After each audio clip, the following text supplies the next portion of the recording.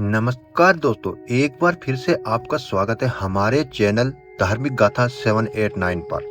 सभी को नवरात्रि की हार्दिक शुभकामनाएं। आइए आज सुनते हैं नवरात्रि के 9वें दिन की कथा माँ सिद्धिरात्रि की। देवी भगवती के 9 शक्ति स्वरूप में माँ सिद्धिरात्रि का नाम से जाना जाता है। माँ सिद्धिरात्रि के पूजन का विशेष दिन नवरात्रि के 9वें दिन होता है, जिसे महानवमी भी कहते हैं। इस दिन माँ का ध्यान और पूजा करने से भक्तों की सभी मनोकामनाएं पूर्ण होती है और उन्हें सिद्धियां और अद्भुत शक्तियां प्राप्त होती है। दोस्तों, माँ सिद्धिरात्रि का स्वरूप बहुत ही दिव्य और अलौकिक माना गया है। माँ के 4 भुजाएं हैं, एक हाथ में चक्र, दूसरे में गदा, तीसरे में शंख और चौथे में कमल है। माँ का वाहन सिंह माना जाता है। कभी कभी माँ कमल के फूल पर विराजमान भी दिखाई देती है। माँ का रूप तेजस्वी, शांत और स्वाभाविक है। वह लाल वस्त्र और भूषण धारण करती है और उनके मुख पर सदा प्रसन्नता रहती है। अब आइए माँ सिद्धिरात्रि की उत्पत्ति की कथा जानते हैं। पुराणों के अनुसार ब्रह्मांड की रचना के समय भगवान शिव ने माँ सिद्धिरात्रि की आराधना की थी।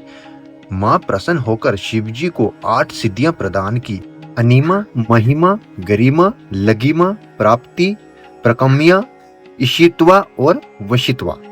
इन सिद्धियों के प्राप्त होने से भी भगवान शिव को अर्धनरेश्वर रूप प्राप्त हुआ। इस प्रकार माँ सिद्धिरात्रि को सभी सिद्धियों का अधिष्ठात्री देवी कहा जाता है। माँ के उपासना का महत्व अनंत है। माँ के भक्तों को जीवन की सभी बाधाओं से मुक्ति मिलती है। उनके दुख, रोग, शोक सब समाप्त होते हैं और उन्हें आत्म शक्ति के साथ साथ समृद्धि भी मिलती है। 9वें दिन देश भर में कन्या पूजन भी किया जाता है। कन्याओं को माँ के रूप मानकर उन्हें घर बुलाया जाता है और उन्हें हलवा, पूड़ी, चना और खीर भी खिलाई जाती है। बाद में उन्हें उपहार और दक्षिणा देकर विदा करना शुभ माना जाता है। अब मैं आपको बताता हूँ माँ सिद्धिरात्रि की पूजा विधि।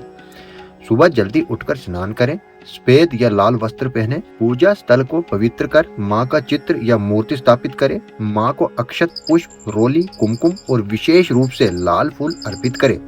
भोग में नारियल, फल, मिठाई और खीर चढ़ाएं और माँ का मंत्र जाप करें, ओम देवी सिद्धिरात्रै नमः। फिर माँ की कथा सुने और आरती करें।